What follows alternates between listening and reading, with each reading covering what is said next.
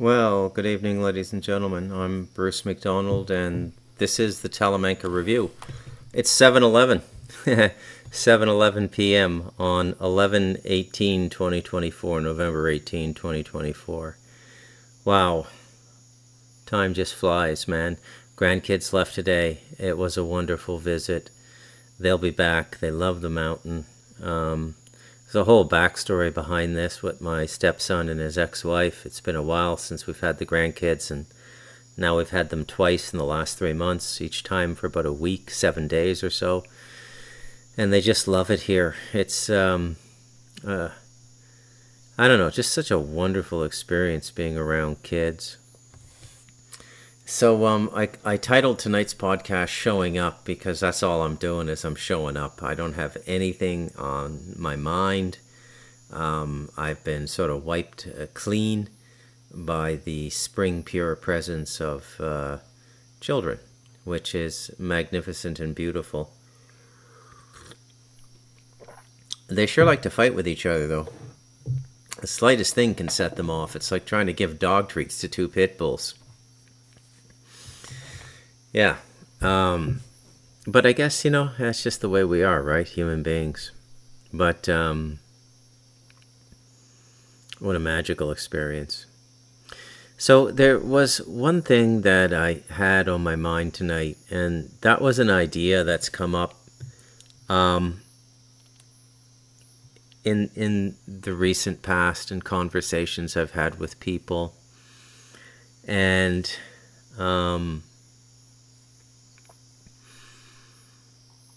this idea that, planet Earth is a soul trap and it's a false reincarnation grid and all of these sorts of things. To the best of my knowledge, these ideas have just been around for, I don't know, 10 or 15 years. They've made a big resurface. Now, the thing, when you get into theories like this, there's always like some ancient document revealed, I know a little bit about this. In fact, this is an absolutely fascinating topic. When I was writing The Light of Darkness, Bob introduced me to a friend of his who had gone over to, I believe it was Jerusalem or Tel Aviv. This individual was quite wealthy and had donated a significant sum of money, 7 figures, to the scholarly committee translating the Dead Sea Scrolls, which came after the Nag Hammadi Library, which was the Gnostic Gospels. And they always just managed to find this crap lying around somewhere. the old, I call it the old Jerusalem psyop. Some Palestinian sheep herder found this lamb skin scroll, rolled up and sealed inside a clay jar, hermetically sealed so the air and the moisture wouldn't destroy it. These kinds of things, right? These stories are everywhere. Billy Myers even got one. It's the Emmanuel, the Talmud of Emmanuel, right? Which was allegedly something that Christ wrote upon meeting Billy. Billy time traveled and went back to see Christ while he was alive and said, "Look, this is going on in the 20th century." And Christ himself penned the Talmud of Emmanuel, sealed it up somewhere, and it was found in I think the 70s or 80s by a Palestinian family, and they were summarily executed in a refugee camp by the IDF. Something like this, just the most outrageous story you've ever heard in your life. There's a chapter in The Light of Darkness where Bob introduces his friend David, the SAS, former SAS soldier, British Special Forces, who makes his living as a private contractor, as so many of these guys do. And he got a gig to get a guy out of the United States. And his job was to get him from the U.S. to Heathrow, hand him off to get him out of Heathrow Airport, and then the people paying him would do the rest from there once they were in London. And the trick to this assignment was the guy had no passport and he was not legally allowed to leave the country. He was on bail. But long story short, it turns out that the guy was bloodline of Christ, and there's this whole backstory about how the Mossad protects the bloodline of Christ. I mean,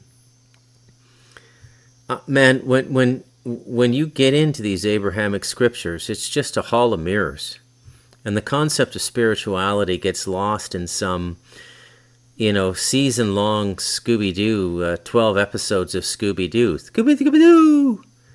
Whether it be the Dead Sea Scrolls or the Nag Hammadi Library, the Gnostics, the Archons. But I digress, as I sometimes do. Let's get back on track. Is this a soul trap? No. I'll give you my opinion. It's not a soul trap down here. I just don't think the rules have been properly explained to us. I don't think too many people of high consciousness find their way to public voice. And if they do, and I'm not saying that they don't, there seems to be a handful every generation. We have them in this generation. Living people who I would consider to be possessed of a consciousness or proximity to God equal to the Christ. Whoa, I don't mean to sound blasphemous. I know for you Christians, he was the biological son of God. How a spiritual being can have a biological son is a mystery, but you can explain that to me another time. But what I've noticed is that a lot of the teachings are really watered down, and there's no significant instruction is given in public space. This is not to say that these highly competent teachers and masters do not give instruction or lead their students to the insights, but there seems to be a general rule about not giving up the game once you know what the game is. And that's because the game has purpose. It's not a ruse, it's not a scam, it's not a rinse and repeat, it's none of these things. This is not to say that the Archons don't exist. I mean, let me put it to you this way. If you take everything that we know as that's public-facing and discussed in the public amongst people who find these topics of interest, you've got the Archons, you've got the Demiurges, you've got the demons, and what we can say is that these forces are spiritual opposition. As I've been saying consistently on the Talamanca Review, most of this opposition is in the fourth dimension.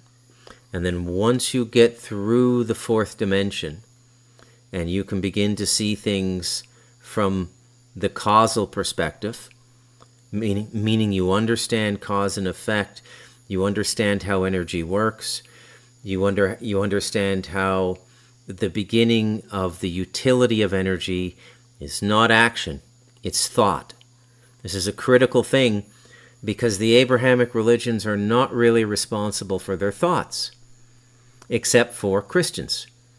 As a man thinketh, so too shall he be. Now, you would think that would carry over to Islam because although they do not regard him as the Son of God, they do hold him as a significant prophet.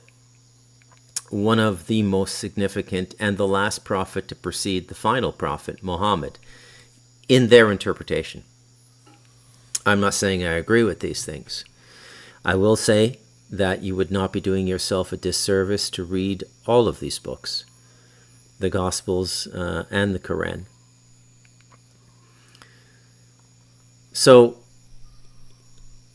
to expound upon the list of oppositional forces or mischief makers, you've got the jinn are brought to us in the Quran, a whole new class of being. Smokeless fire is their composition. What could that be? Maybe plasma, smokeless fire. God created them before us. They're sort of mischief makers. They can be considered demonic, but they can also be redeemed, and they can also come to worship Allah according to the Quran. Now, if the question is, do we have opposition? The answer is yes. Is it deliberate opposition in the sense that I hate human beings? I don't want these filthy creatures who defecate and urinate and have to consume food, which we spiritual or plasma beings don't have to do, to have a greater relationship with our Creator than I do. I'm jealous. I'm going to punish them. My jealousy is completely out of control. I hate them beyond all reasonable control. My hatred for them is all-consuming. It's a white, hot flame. Sometimes a blue hot flame, but a hot flame. No, I don't think that's it either. I base my experience on my opinion on extensive experience with non-physical beings. Spiritual, some things I never quite figured out what they were. I don't know what it was the Sheikh put on me in 2009. It was a gaggle of things. It was not just one entity or being. It was a gaggle of things.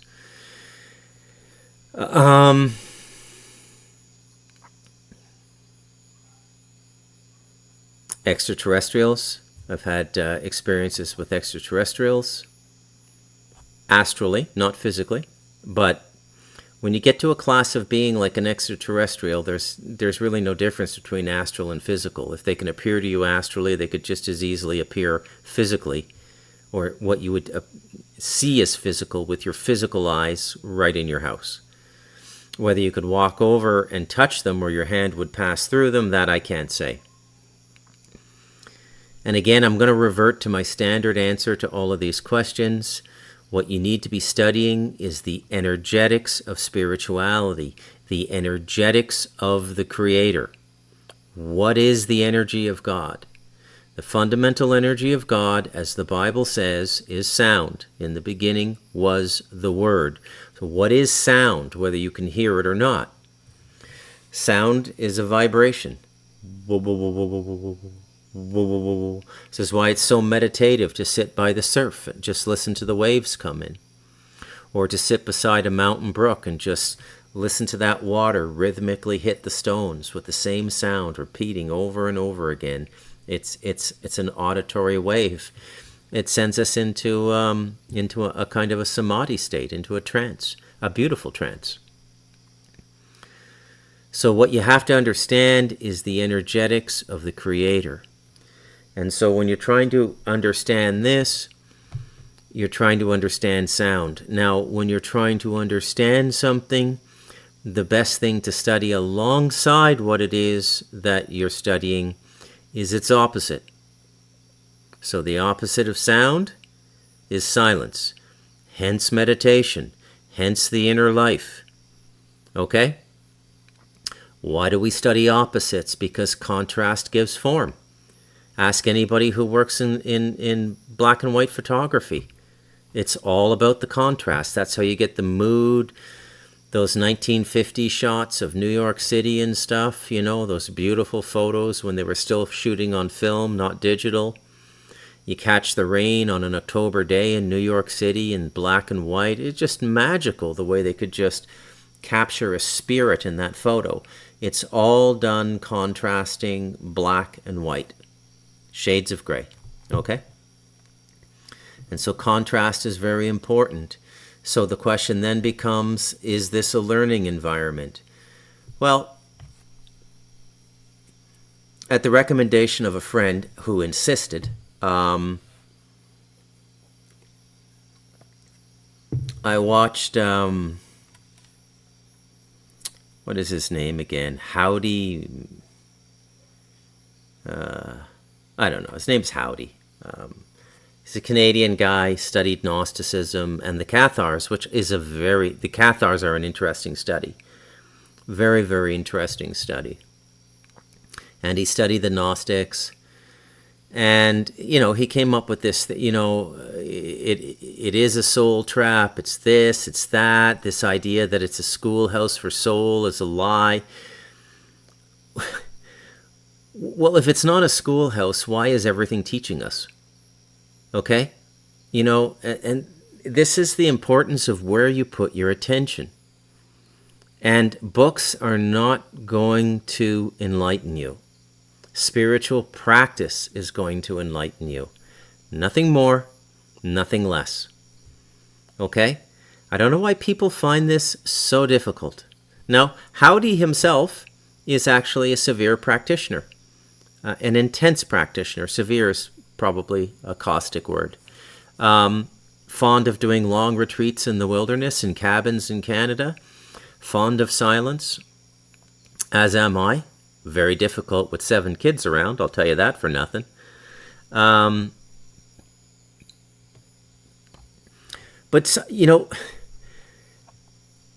in the life of the mind, an idea becomes its own poison. I figured this out years ago, and it was a great blessing that God gave me this realization. And God gave me the courage to be an idiot. Because the idiot has a much better chance of finding the divine than the genius. Because the divine is very, very simple. That's why Christ says in the Bible, "Except ye be as little children, ye shall not enter the kingdom of heaven." He's not talking about judgment day after you die. He's talking about finding heaven while you're in your body. And heaven is a metaphor for the joy of the divine in your heart. A living, pulsing sense of life constantly in the center of your being.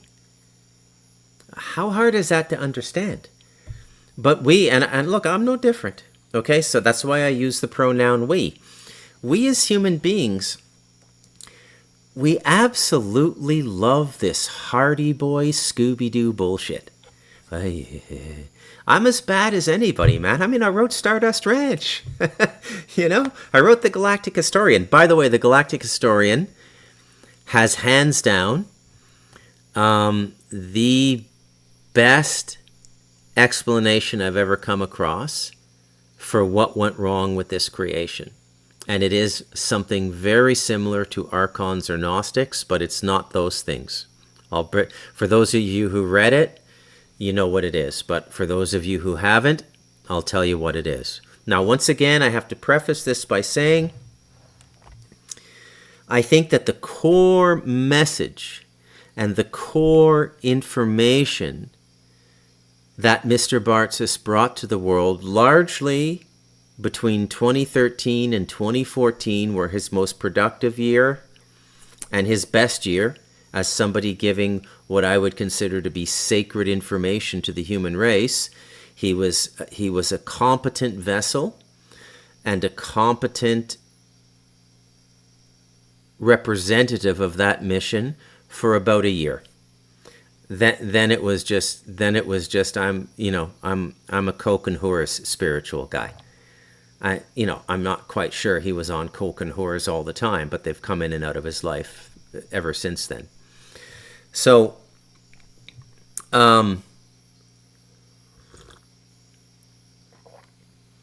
this is the story, and I heard it. The only other person I ever heard this story from was my 7th generation super soldier friend, who, not to discredit what I'm about to tell you, but I did have to evict him from my mountain villa for his inability to shut off demonic activity through his living corpus.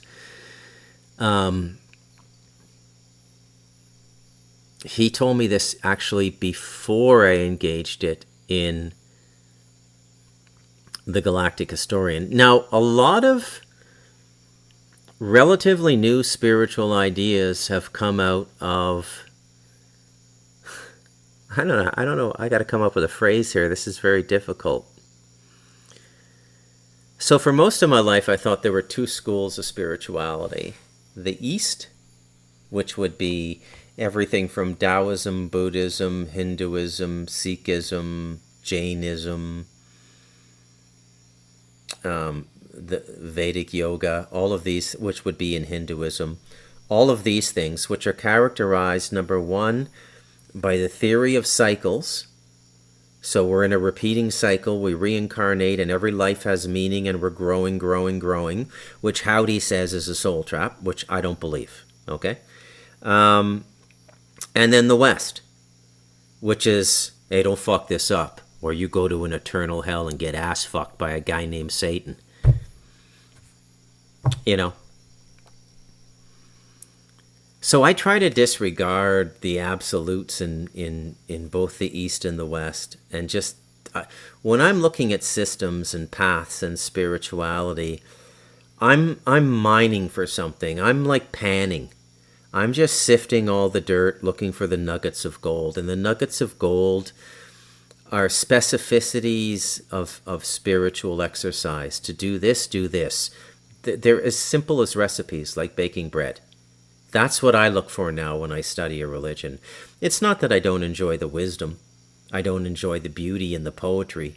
I mean, even in translation from ancient Chinese, I find the Tao Te Ching to be one of the most beautiful books I've ever read. The sparsity of the language, and yet the meaning inside those simple, simple words. There's not a word in the Tao Te Ching that somebody would have to look up with a dictionary. The whole thing is written at like a grade 8 level, but it's the way the words are put together. And, you know, it's that whole one-hand clapping thing. They're just like jaw-dropping, the expressions in there. It's like, what? You know, you can gauge the corruption of a society by the number of laws in it. What? You know, what's he saying there? Man is born innately good. Okay? In a corrupt society, the children will be raised poorly. So I thought there were only two systems, the East and the West. And then somewhere, you know, around 2003, I started getting into all this sort of stuff we talk about in the alternative media. And me being me, it wasn't enough just to watch YouTube videos and stuff like that. I had to like reach out and talk to some of these people, because I was taught in journalism school that the best source of information is a first-hand source, an experiencer. So if you have an opportunity to meet a super soldier, meet the super soldier. John Edmonds was one as well.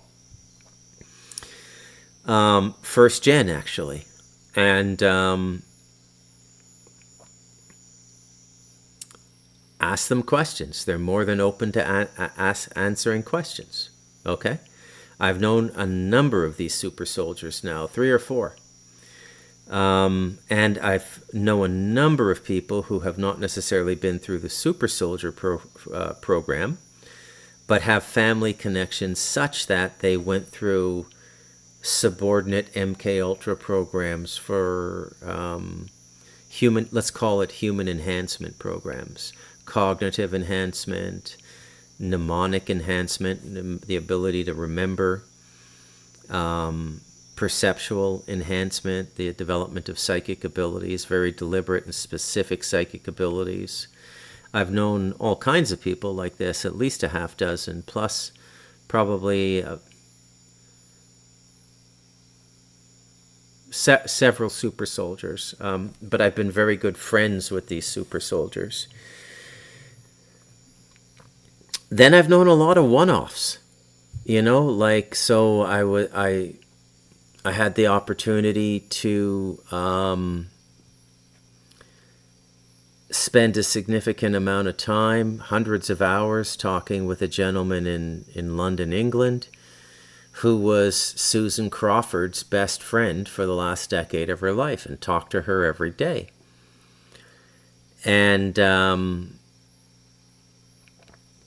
she, of course, was the alien-human hybrid from Stardust Ranch.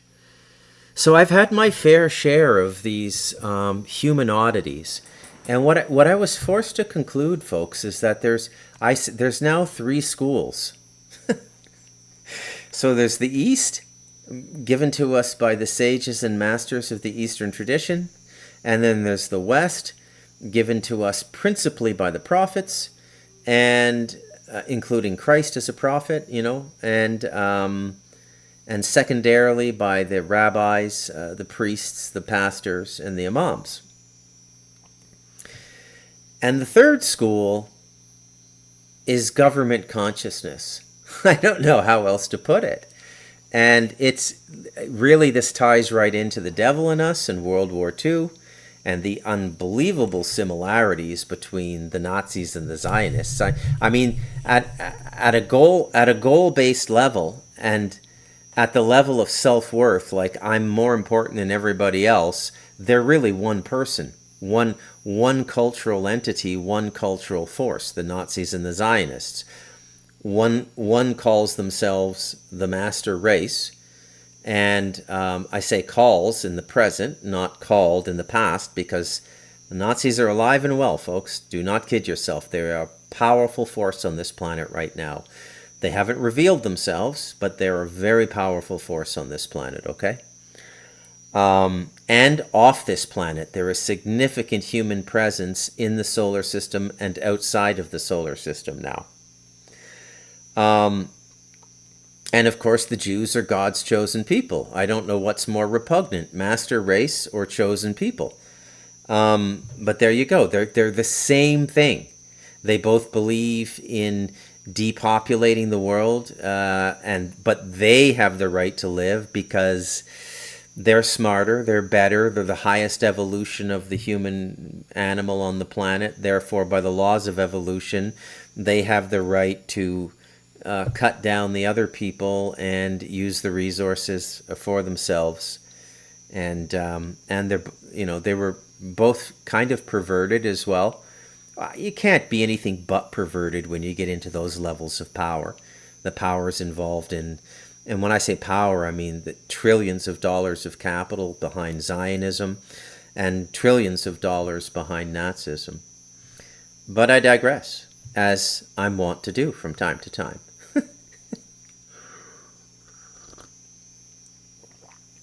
Wow. I should just show up more often. This is going pretty good. So, this third school is fascinating, and it has a lot to learn, a lot to teach, but it's incredibly toxic. It's like you for every 4 grams of protein you get a half gram of arsenic. And the more you eat, the higher the chances you're going to poison yourself to death. So you have to be very careful how you take this information in. And I would suggest the same applies to the Gnostic material. It's very cynical, okay? But then again, let me point out, you're talking to a guy who doesn't believe in the fall. I don't believe in the fall of Lucifer. I don't believe that a third of the angels fell, and nobody can prove that to me. It's ancient mythology. Is it literal? Is it metaphorical?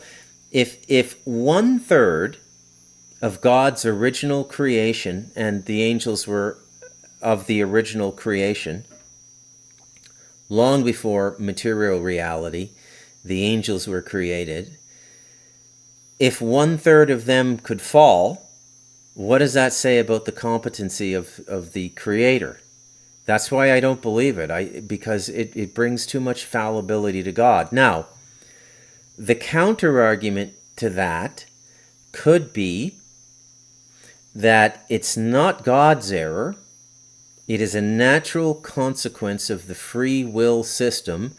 Everything below God exists in this multidimensional paradigm we live in. So the physical, the astral, the causal, the mental, and the spiritual. This is a free will space. And free will, as I understand it, and there's no way I could ever prove this to myself or to you, so you can take this as hearsay, but there are other universes that operate in a different way where there's no free will. You're not a slave per se, but the unfoldment of consciousness from matter back to pure spirit happens in a much more regulated way, and that's because there's no free will. Here, an experiment was tried, and that experiment was free will, and the free will was also given to the angels. Okay? Very interesting concept. But I don't believe in the fall. I don't believe it. It doesn't make any sense to me. I think it's a bunch of bunk. Okay? Metaphorically, if you wanted to think about it that way, there's so many things you could literalize that metaphor with. It could be a previous race that was physically existent on this planet, like the Nephilim. The daemons and the angels could be them in astral form, and they're highly evolved beings, and so that superiority carries to the astral as well. It's not just physical. So that could be it as well.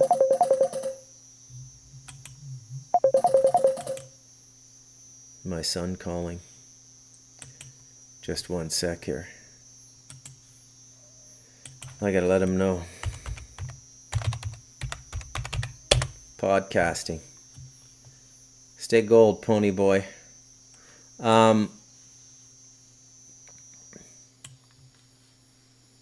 So, I don't believe it. I just don't believe any of this horse shit about a fall. And I think I think everything written down is pretty much horse shit. Okay? Except my books, of course. But my value in books now books stimulate your own thinking. But when I say they're horse shit, I should qualify what I mean.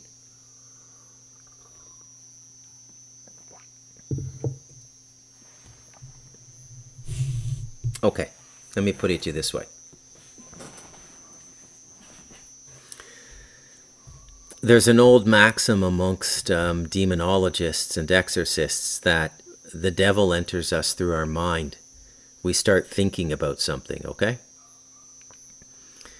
What if all these things out there are in and of themselves like the genie in a bottle intellectually? And then when you start reading about all this stuff, you open that bottle up and that genie gets into your consciousness. Affects your... And what do I mean by gets into your consciousness? Well, it irradiates your thinking. I mean, the concept... I mean, you just look at this Howdy McKinsky or whatever his name is. Minky, I can't remember. You just look at him and you can just see the torment in his face. Right? I do anyways. And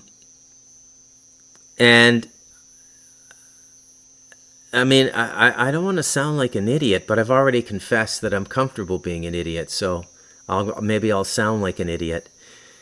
Just, you gotta always stay joyful. Yeah, but Bruce, the demons. Yeah. It's raining outside. I'm going to go walk barefoot in the puddles. But Bruce, the demons, what about your soul? I'll think about that later. I'm going to stay joyful. Okay? I think that's the real trick of escaping the Matrix. I think it's so simple, it's unbelievable, and I think overthinking spirituality is really bad. Really, really bad. I think it's predicated on simple, consistent exercises. A daily walk could be spiritual, depending on where you walk. You know, if you walk through a shopping mall, probably not. You walk through a fish market, probably not, although that could be. You know, you walk through a park with not many people and no dogs. That could be very much considered a spiritual exercise. But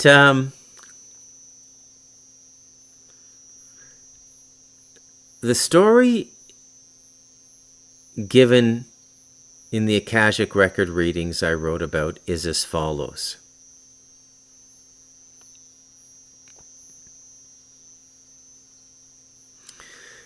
First, let me say there are orders of beings we don't know about.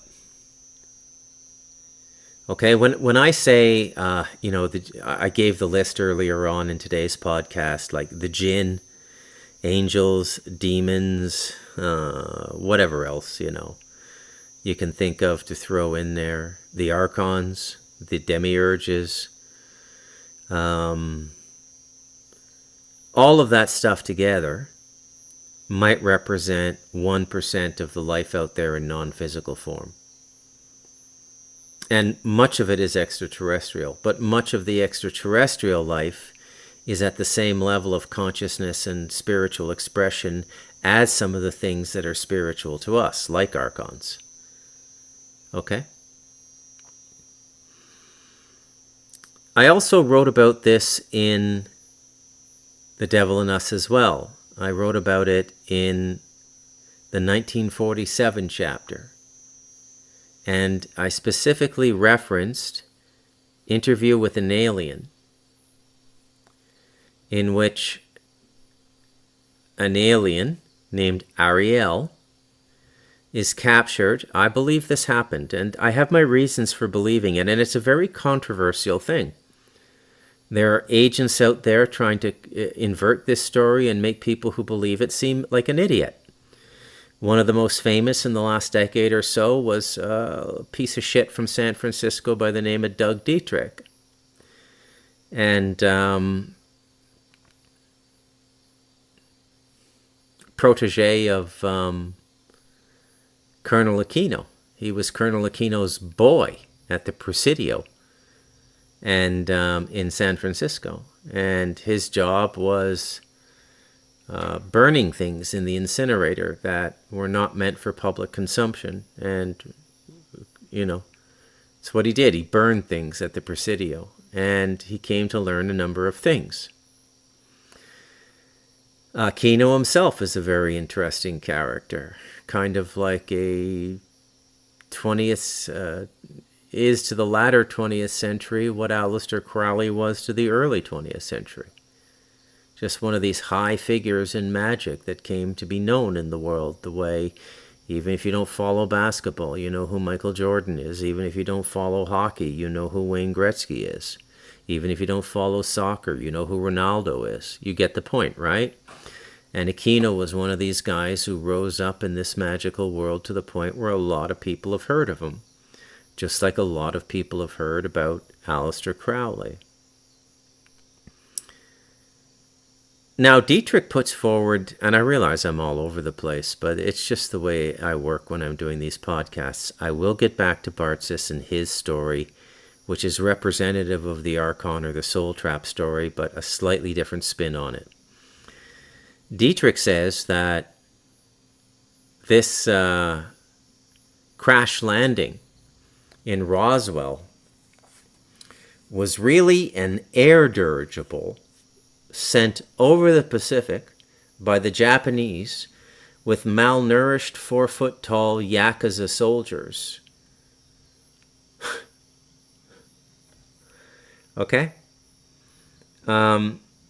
It's absolutely ridiculous, but they always mix a little bit of truth in these stories. And so, as part of their modality of waging war, the Japanese did use air dirigibles. And, it's very interesting because we just had that incident a year ago or 2 years ago where China floated a high-altitude balloon all across the Americas. It went across the United States. We saw it here in Costa Rica, too. It passed. You could see it from my mountain. One of my neighbors called me, who speaks English, and said, "Bruce, there's that balloon they're talking about in the news." And I said, "What balloon?" I hadn't read or heard anything about it.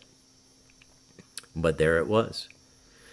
And so the Japanese did do that. They used dirigibles to spread chemical and biological weapons. So there's a bit of truth, right? Anyways, but a ship really crashed at Roswell, okay? How I know this for myself. I can't prove it to you. This is also how life gets. Okay? Now, The idea that you can't say anything publicly unless you can prove it to other people is the most ridiculous thing I've ever heard, and I will never live by that rule. There are reasons that you cannot prove something to somebody else. Sometimes part of the component of your understanding, or my understanding, is I get spiritual corroboration. Okay? And spiritual corroboration works in such a way that it can't be shared with anybody else. But when you do enough spiritual practice, your spiritual validation process becomes sacrosanct. I don't doubt it. If I get something spiritually, I know it's true. And this is how you begin to accept things outside of social consciousness. You have to develop these abilities through spiritual practice. I'll give you an example of what I mean. I was just telling a friend about this one today because it just happened a couple days ago, or yesterday, or 2 days ago. I'm meditating in the back room. It's a blank screen.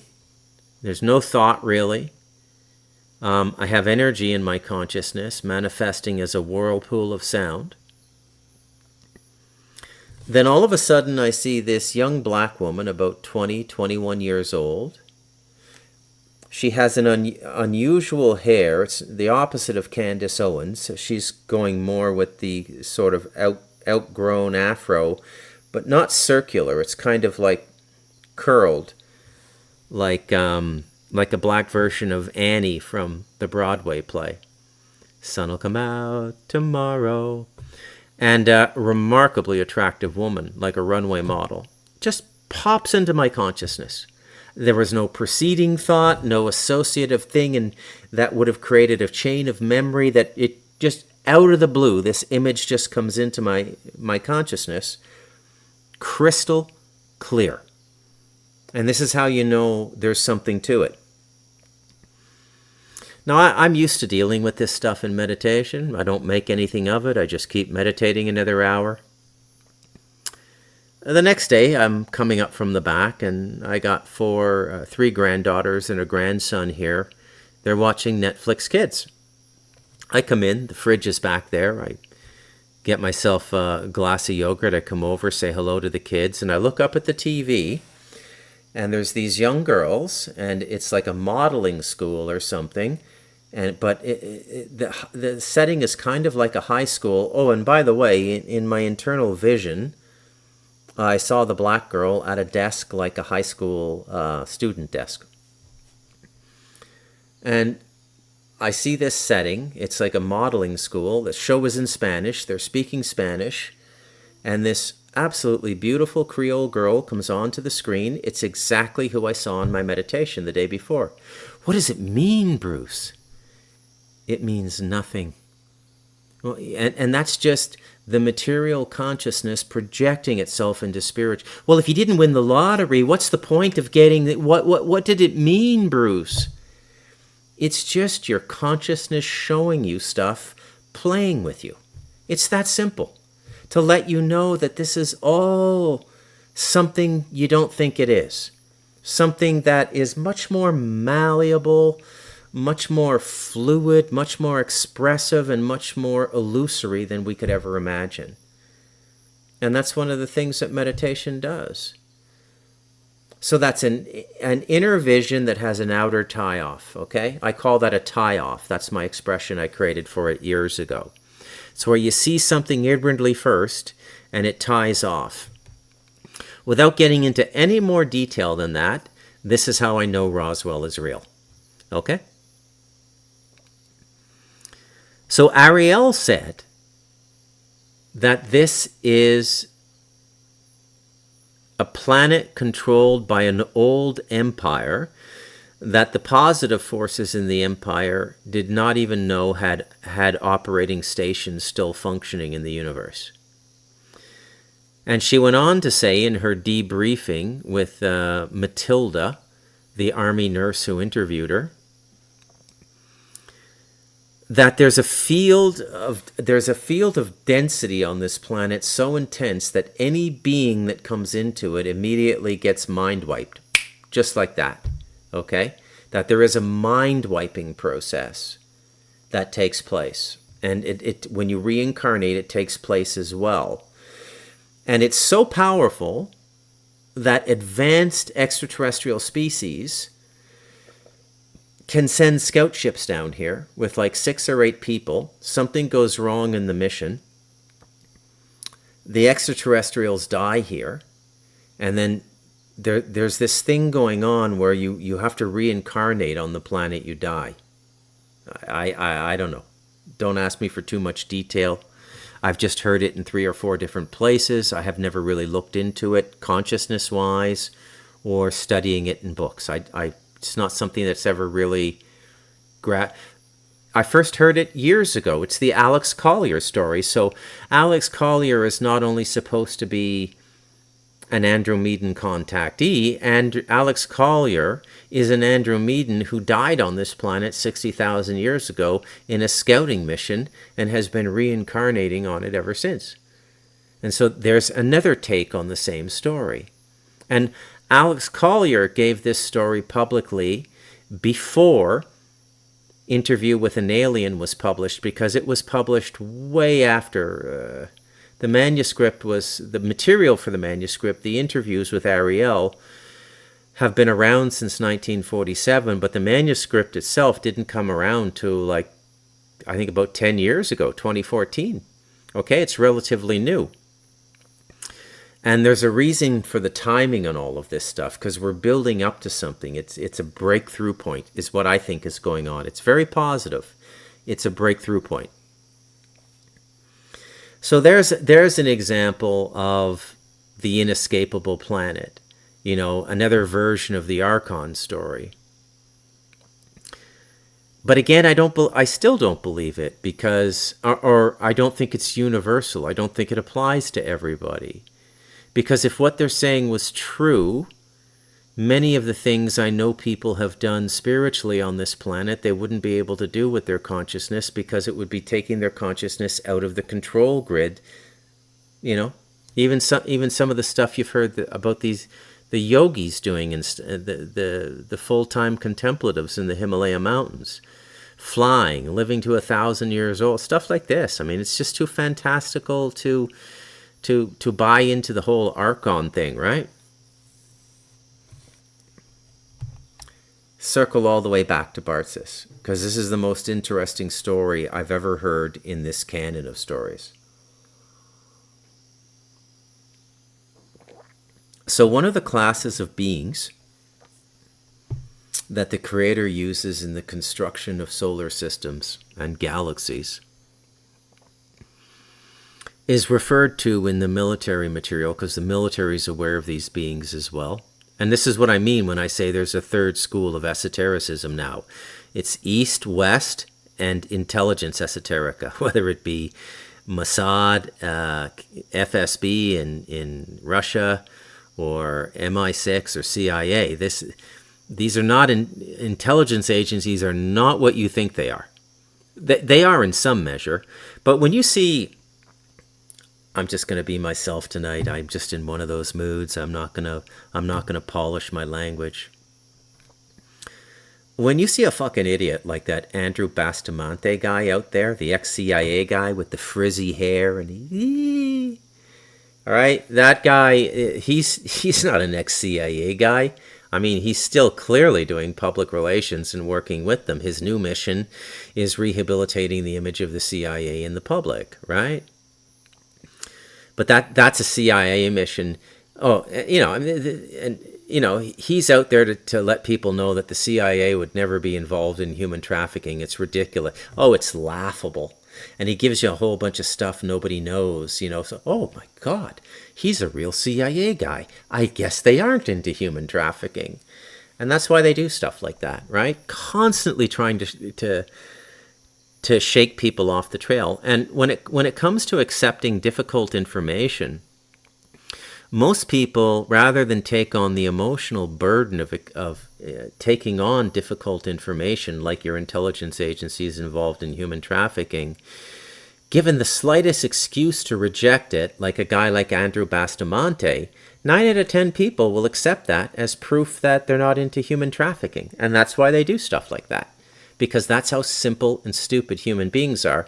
So if you're worried about being manipulated by archons, I can assure you, like so many things that we talk about, I talk about on the Talamanca Review, your biggest enemy in this field is other human beings. The biggest evil in our existence now is not the demons, or it's other human beings. Okay? Look around you. Listen to what I've been telling you on this podcast. Okay? Now, those other human beings could be influenced by invisible things, reptilians, demonic entities, things like this, but they're responsible for the sovereignty of their consciousness and their corporeal space. If it gets breached and they get negatively influenced, they're complicit in that. So you can easily make the case that the most evil thing in our existence is other human beings. So the founder beings, their job is to orchestrate the harmonics of solar systems and galaxies. And apparently when they were done this solar system, 15 of them, and they're described as being gigantic, and their form is described as liquid light. Liquid light. You tell me what that means, okay? They seed life, they set up the resonances, the gravitational resonances, all of the field energies so that solar systems work and life can take root and so on and so forth. They basically facilitate life. They're gardeners. And 15 of them got attached to this particular planet Earth. And they've been here since the beginning. Okay? So for billions of years. And it got so bad that over time they rose to challenge the Creator itself. And it's a whole story. And again, it's not just the gentleman who read the Akashic Records I heard this from. I heard it also from the seventh generation super soldier. So that's the most dramatic sort of archonic story I've ever heard. Yeah, well, I guess that's just me showing up. I think that's good enough for today. That was quite a yarn. I'm Bruce McDonald, and this has been the Talamanca Review.